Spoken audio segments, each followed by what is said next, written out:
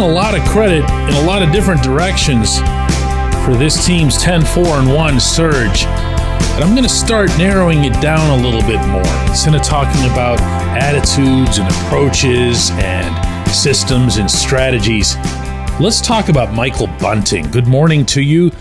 Good Tuesday morning from Detroit. I'm Dejan Kovacevic of DK Pittsburgh Sports, and this is Daily Shot of Penguins. It comes your way bright and early every weekday if you're into football and or baseball. I also offer daily shots of Steelers and Pirates in the same place that you found this. It'll be Penguins versus Red Wings here tonight at Little Caesars Arena. That's an 8:08 p.m. face-off. It's an hour later than you'd usually have a weeknight face-off because the NHL doesn't like having anything interfere with the Winter Classic, which is happening at 5 p.m. Eastern Time at Chicago's Wrigley Field between the Blackhawks and the Blues. Bunting arrived in Pittsburgh, of course, as a part, it's hard to tell how much of a part, of the Jake Gensel trade. I think the common perception at the time, you might recall, was that he was a veteran throw-in to make sure that the Penguins weren't left completely hanging in their ongoing, at the time, pursuit of a Stanley Cup playoff spot, and that the real haul was going to be prospects like Vasily Ponomarev, Ville Koivunen, and we'll see what the future holds for those two kids. Obviously, they're not in the NHL yet. And to be candid here, they haven't made any massive impact in the AHL yet either. But Bunting, on the other hand, has 11 goals now through 37 games. This despite having started off just ice cold and actually being a healthy scratch once. 11 goals, 10 assists, 21 points.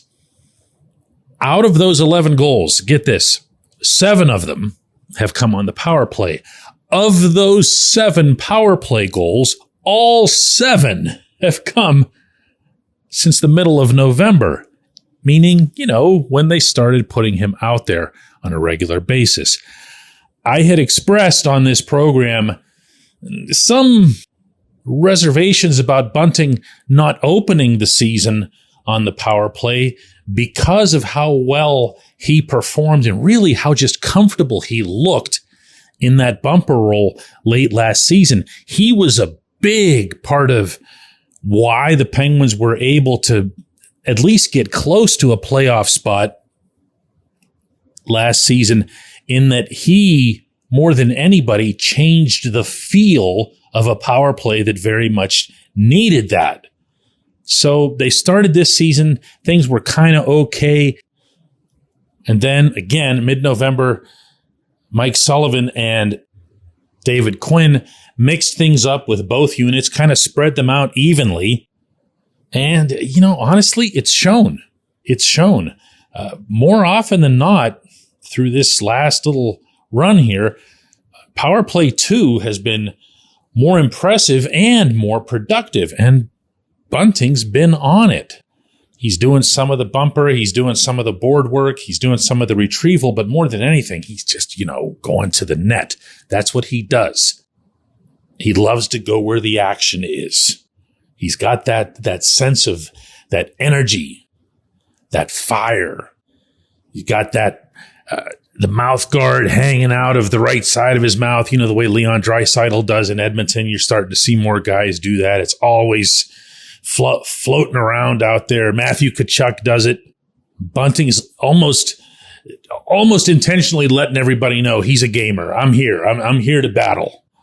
And to share with you that this guy's become really popular in the locker room with his teammates would be a gross underestimation. Teammates will embrace almost anybody.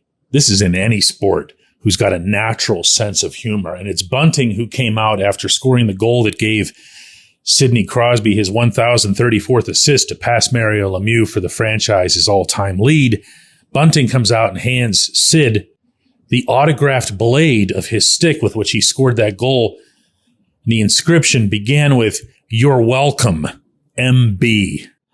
And now that the Penguins are winning, that personality comes out even more and the effect multiplies. This is Bunting on what's had the team reverse course here over the past month. Yeah, I'm having fun that we're winning too. Like, we're playing well, everybody's playing well, and I find like when the team's having success, individuals are having success as well, and it's going around this whole room, and you can see that. So we want to keep this thing rolling. We got a road stretch here, and we're looking forward to it.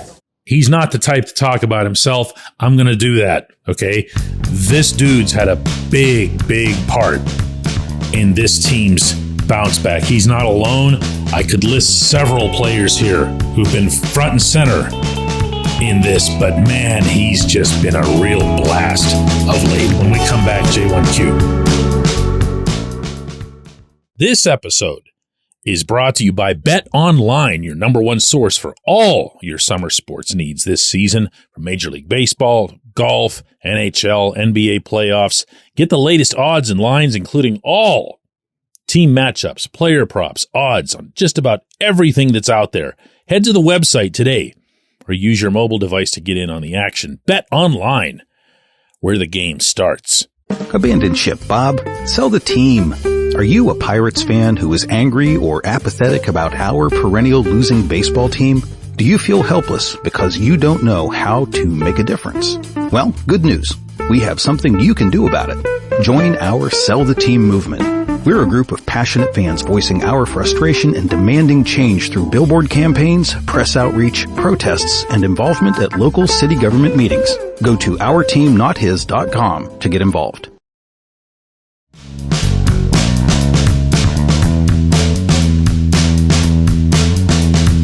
Today's J1Q comes from Fitty, who says, DK, Jesse Puljujärvi does not kill penalties, and as you've stated, he does not block shots. It's super simple as to why the Penguins would have put him on waivers. Not sure why people think it's deeper than that. You know, there was a really, really big reaction to that news yesterday, and I'm not going to pretend that I'm surprised here. This is a training camp hero, a preseason hero, and a guy who's got a pretty compelling story to boot, overcoming an injury that not a lot of people overcome.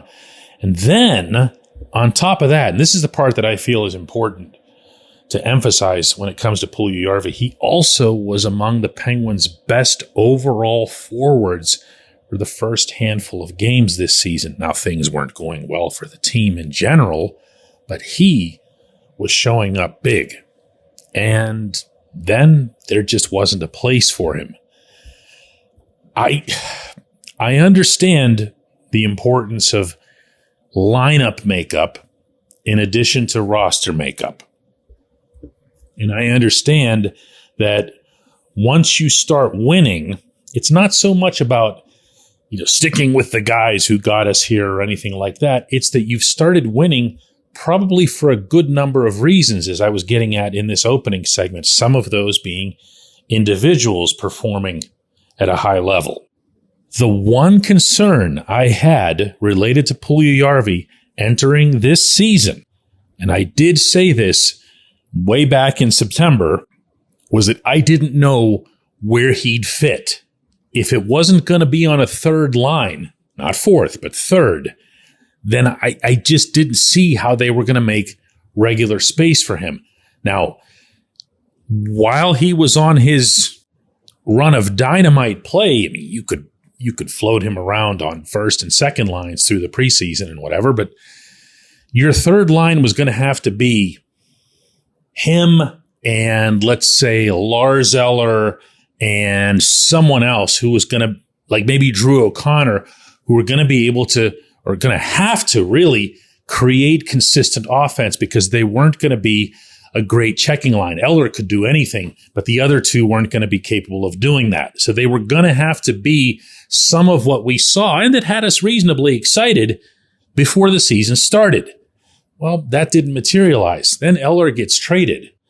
Then DOC forgets how to score. Then Valtteri Puustinen goes down to the minors. So what you're left with now is a third and fourth line that are principally going to be defensive, possession type, but also penalty killing capable and defending capable type of forwards. So when you go through the list of who would have to come out of the lineup for Puljujarvi to get in, you're really looking at more of the Anthony Beauvillier, Phil Tomasino, Cody Glass, Blake Lizotte guys than you are the two that I'm constantly, and I feel fairly, picking on in Noel Acciari and Matt Nieto, because Acciari and Nieto are part of the PK. The PK is the sixth best in the NHL. You're not messing with it.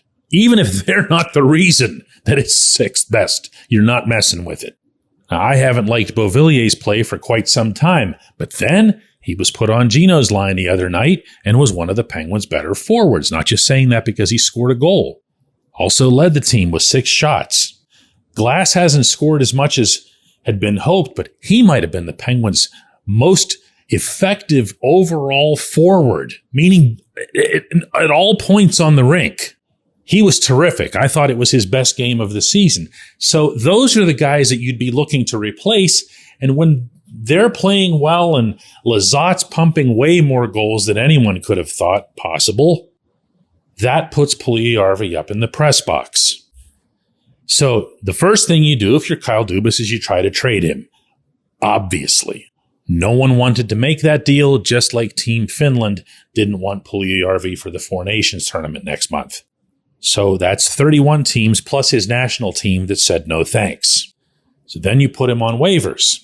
If he goes unclaimed by this afternoon, then he can go to Wilkes-Barre. He'll still be in your system. He needs to keep playing, needs to be active, needs to keep moving the way he did through the preseason and the early part of the season. I'd love to see someone somewhere give him a chance just for his sake. He has worked so hard and he's been so outwardly passionate about how much it means to him to be back playing hockey again. This is, he feels, a second life to his career. I appreciate the question, Fitty. I appreciate everybody who partakes in Daily Shot of Penguins. I'm stuck working here in Detroit tonight, but I hope wherever it is that you are, that you have yourself a happy and safe New Year's Eve.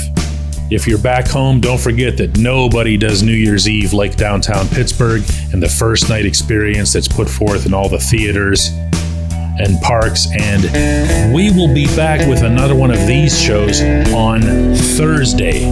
Let's do it then.